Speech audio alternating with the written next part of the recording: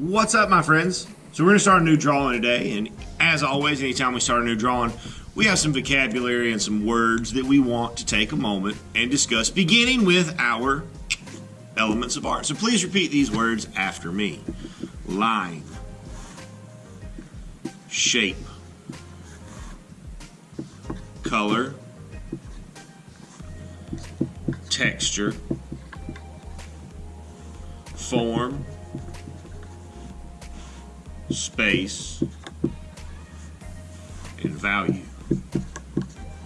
In the drawing that we're going to start today, we're going to be focused on just a couple of these. We're going to be using a lot of line as well as shape, and then we're going to spend some time talking about color and focusing on creating these value shifts from light tone that fills the shape to a mid-tone that covers about half the shape to a dark tone that only covers a little bit of shape. That being said, let's move on and take a look at our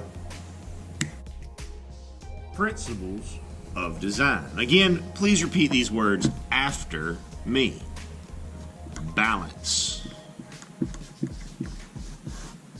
unity, pattern, rhythm,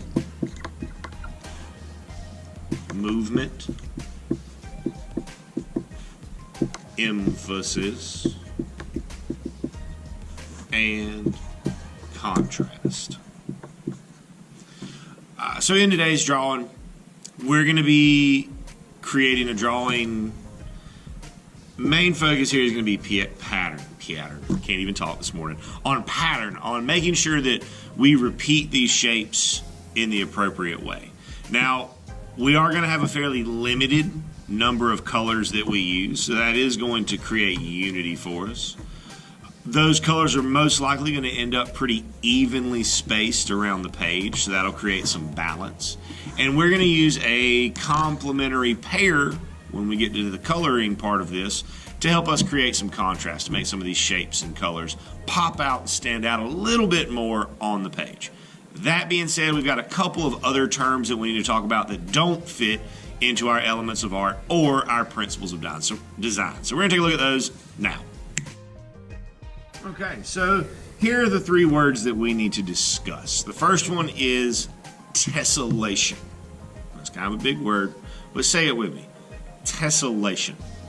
A tessellation is when we as the artist repeat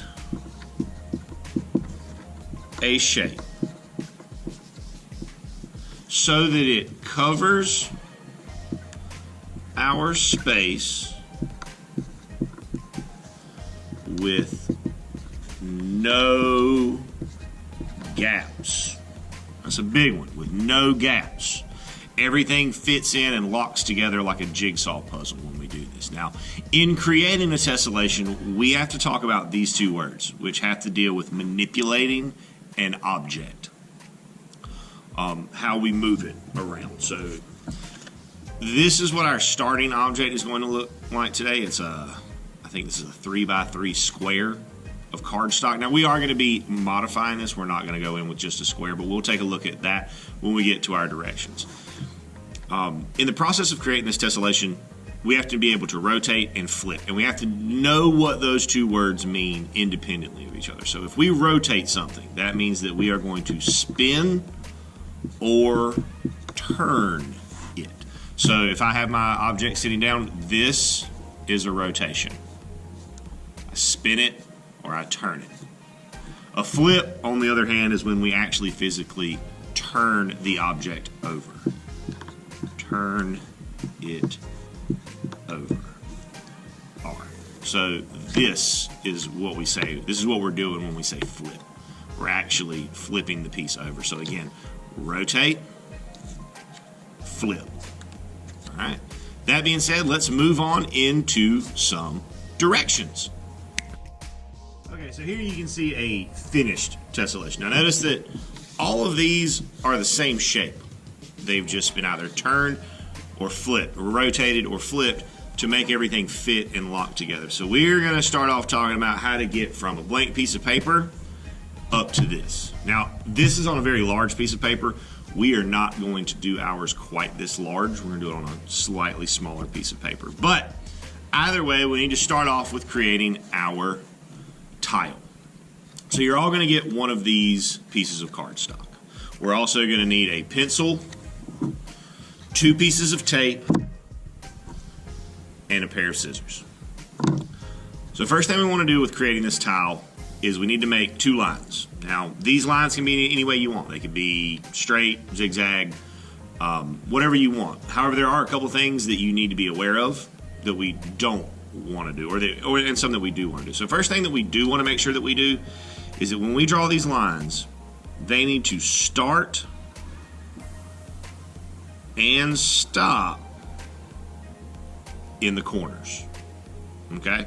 That is incredibly important. When we do our other line, we go to the other side, straight across from it, and we make whatever kind of line we want to make. Now, things that you want to keep in mind when you do this. We do not, I repeat, please do not draw lines that have lots of swirls and things like this in them, because these are very, very difficult to cut out and keep everything accurate. So we want to keep our lines fairly simple. So once we have our lines made, we're going to take those scissors and we're going to cut right on top. Now when you cut, bear in mind, you need to keep this in mind. We cannot go back and trim anything. We're going to cut this one time and we're going to just go slowly and make sure that we are cutting right on top of the lines that we made.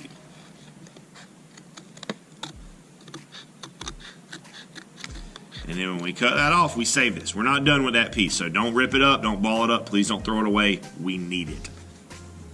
We'll come, cut the other side off.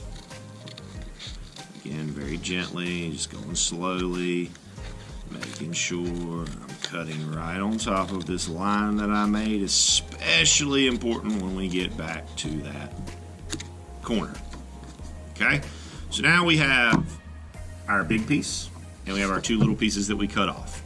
This is where we need those 2 pieces of tape. So we're going to take 1, 2. So what we want to do with these is take our tile, we're going to take these pieces we cut off and we're going to match them up with that flat side, with the side that we did not cut.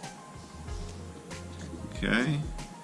If you need some help with this, ask. I'm happy to give you help because this can be slightly tricky and it is important that we line it up properly or it will make things that we do later a lot more difficult.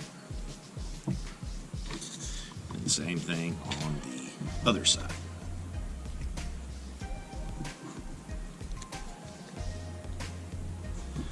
And if your tape is a little bit too big, you have some pieces like I've got here, we're just gonna wrap that around.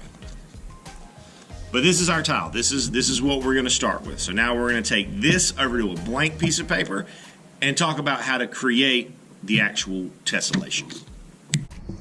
All right, so we got our blank piece of paper, we got our tile. Now this first one that we trace, this is the most important one. We have to make sure that this very first one is lined up correctly, or it's going to throw everything else off. So what we want to do is we want to start in the corner. I normally start in the right-hand corner at the top. If you'd rather start at the left-hand corner at the top, that's okay, but we want to start at the top corner. Now, when we look at our tile, we've got this line right here where the pieces join together. This is what we want to line up with that top edge. So we don't want it way up here. We don't want it down here. For this very first one, that top flap should hang off the paper so that we're straight and even right there. And then we want this bottom side, these to line up with that edge. And then we trace.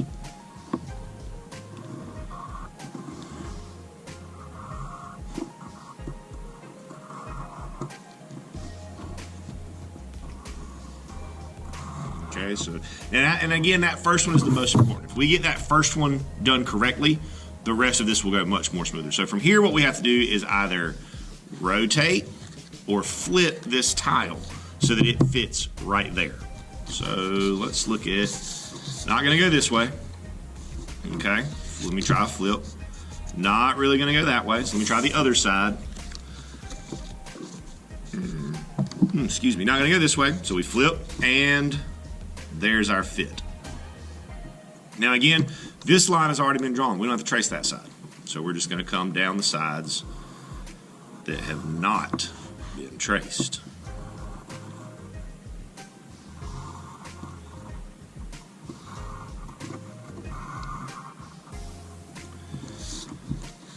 And then I'm going to speed the rest of this up, but remember we're just flipping, rotating, finding the way that it fits together.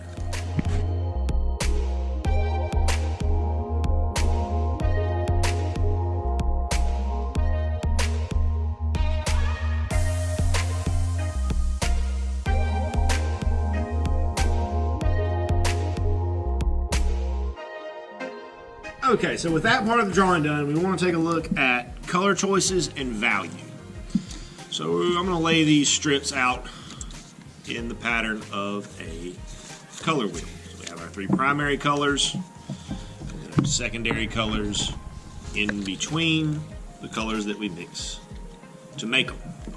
So when we're looking at choosing a complementary pair, which is what we're doing here for the sake of creating contrast, we want to go across the color wheel.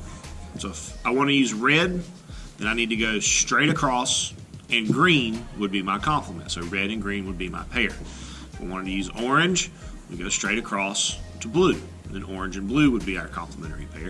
And if I wanted to use purple, then yellow would be my complement, and I would come straight across the wheel. Purple and yellow makes a complementary pair. Now in my first example that I showed you, this one, I've used blue and orange as my complementary pair. I think that in this one, I'm going to use purple and yellow. That being said, I want to take a quick look, just a reminder of how to create this value. So I'm not going to make you sit through me coloring this whole thing. We're just going to look at one of these shapes. So I'm going to start with this one on the side right here. So again, we want to make sure we fill the whole shape with our light value. That's we're barely pressing down, just very gently, very lightly filling that shape. Now our next layer is the mid-tone value. We want to bring the mid-tone value up about halfway from the bottom. So a little bit harder we press down. Make sure that we don't cover everything up. All right, and then down at the very bottom of the mid-tone, that's where we're going to put our dark tone. Okay, so I'm going to do one more of these. I'm going to use my yellow just so that you can see, because yellow is a tough color. So if you're using a pair that has yellow in it, you kind of need to go a little bit extra light at the beginning to make sure that you can actually see the mid-tones and light tones. Yellow is a tough color. The pigments in these yellow crayons are not usually super strong, which means it takes a little bit of thought and control to make sure that we can see all the layers of value that we want to see.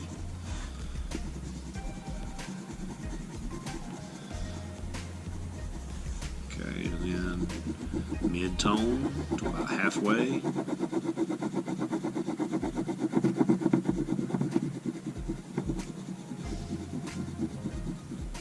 And then make sure I do it all. And then that dark value. So big thing here is make sure we go in light, then mid, then dark, because we can always make it darker. It's very, very difficult to go back and make it lighter. But we also want to make sure that we're doing all of the values inside of a shape at the same time.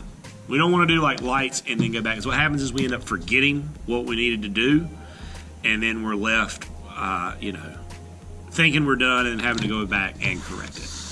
So at this point, I'm going to go ahead and snap our way to a finished drawing so we can take a look at it.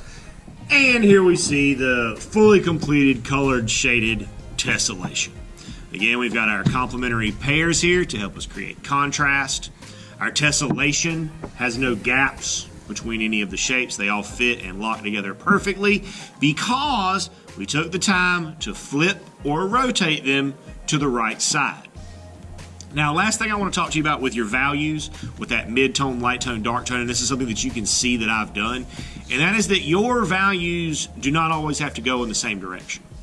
For example, here, I've got my dark value and my mid-tones coming from the left side. Here, I've got them coming from the bottom, from the right side, from the top. Now, you don't have to do it that way. If you think it looks better to always have your values going in the same direction, fine. But I like sometimes with stuff like this where it's a simple kind of design, I like to play around with where my values are coming from because I think that it creates a little bit more visual interest. It makes it a little bit more intriguing to look at. But if you don't agree with me, that's fine. You don't have to do it this way. You can make sure your values all go the exact same way from the exact same side. I can't wait to see your Tessellation creations. I hope you have a great day. And as always, my friends, happy arting.